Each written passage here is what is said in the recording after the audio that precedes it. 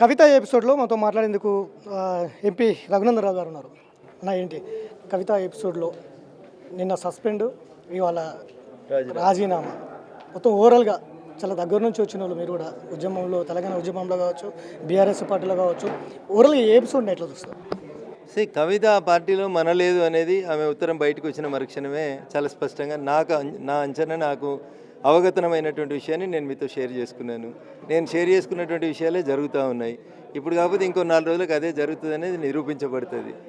కవిత ఎపిసోడ్లో కొత్తగా ఆమె మాట్లాడింది ఒక పోచంపల్లి శ్రీనివాసరెడ్డి గురించి, నవీన్ రావు గురించి మాట్లాడింది తప్ప కాళేశ్వరం ఏంది, కాళేశ్వరం అవినీతి ఏంది, ఎవరెవరు తీసుకున్నారు, ఎవరెవరు ఇచ్చిండ్రు, ఏ కాంట్రాక్టర్కి కాంట్రాక్ట్ ఇచ్చడం వెనకాల తీసుకున్న పర్సంటేజ్లు ఎంత అనేది మాట్లాడుతుందని అనుకున్నాను నాలంటోని.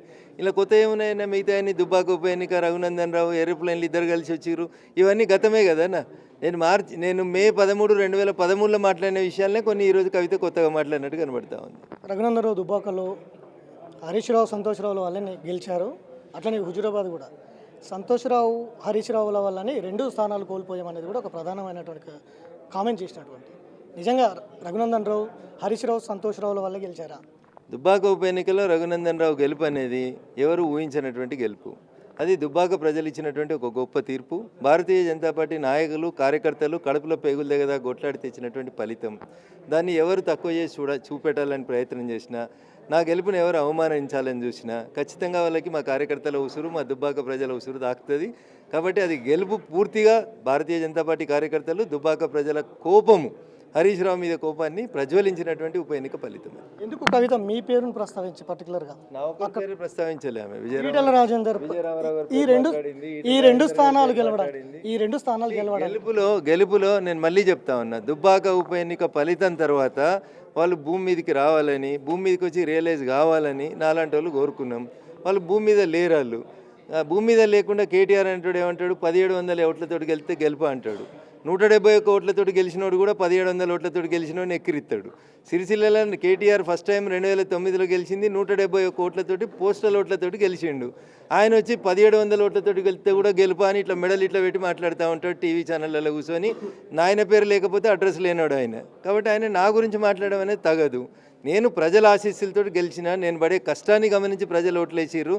దుబ్బాకకు జరుగుతున్న అన్యాయానికి వ్యతిరేకంగా రఘునందన్ రావు కొట్లాడతాడని నమ్మి హరీష్ రావు దుబ్బాకకు అన్యాయం చేస్తుండని ప్రజలు నా పక్షాన్ని నిలబడ్డారు తప్ప నేను ఎవరి దయాదాక్షిణ్యాల మీద గెలవలేదు. దుబ్బాక ప్రజల ఆత్మవిశ్వాసాన్ని, దుబ్బాక ప్రజల్ని కించపరిచేలాగా ఎవరు మాట్లాడినా రఘునందన్ రావు ఊకోడు.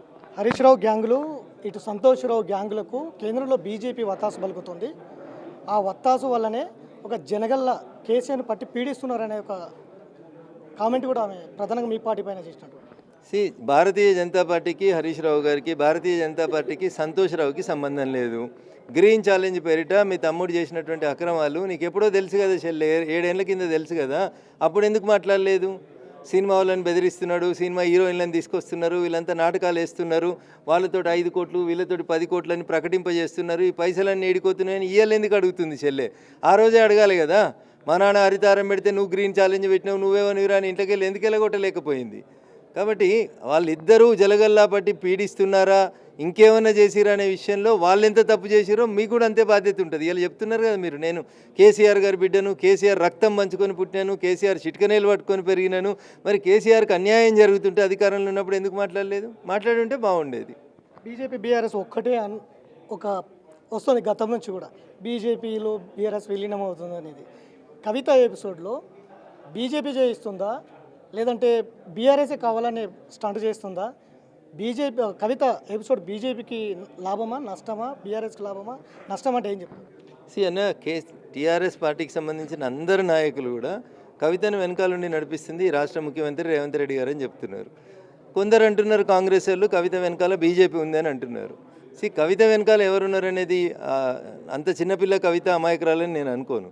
కవిత can take her own decision అని నేను అనుకుంటున్నాను. ఆమెకు బీజేపీ అవసరమో కాంగ్రెస్ అవసరమో ఇప్పటికిప్పుడు లేదని నేను అనుకుంటున్నా.